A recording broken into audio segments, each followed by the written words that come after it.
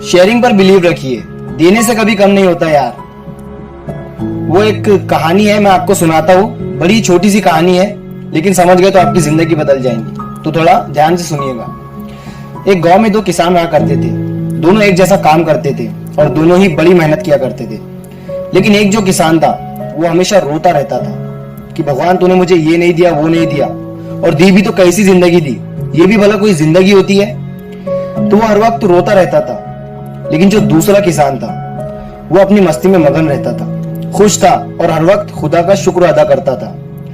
दोनों किसान मरे भगवान के पास पहुंचे। भगवान ने बोला, बोलो बेटा क्या चाहते हो। पहला किसान आया गुस्से में, बोला भगवान तूने मुझे कैसी जिंदगी दी थी, वो भी भला कोई जिंदगी होती है। जब भी पैसा आता था किसी न किसी को देना पड़ता था। अब मुझे ऐसी जिंदगी दे कि मुझे बस उसमें देना ना पड़े, बल्कि मैं लेता रहूं और मुझे मिले मिले मिले। भगवान ने बोला ठीक है, तेरी दुआ मंजूर है, तू जा। दूसरा किसान आया।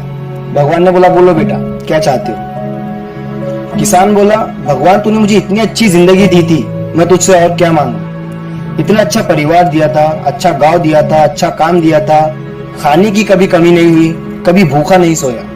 बस एक ही कमी रह गई थी मेरी जिंदगी में। वो बोला, मेरे दरवाजे पे कई भूखे लोग आते थे जिन्हें पेट भर के खाना नहीं खिला सका। बस कुछ ऐसा कर दे इस जन्म में कि मेरे दरवाजे से कभी कोई खाली पेट और खाली जेब ना जा सके। बस मैं देता ही रहूं। भगवान ने बोला ठीक है, तेरी दुआ भी मंजूर है। दोनों का जन्म हुआ उसी गांव में। दोनों बड़े हुए।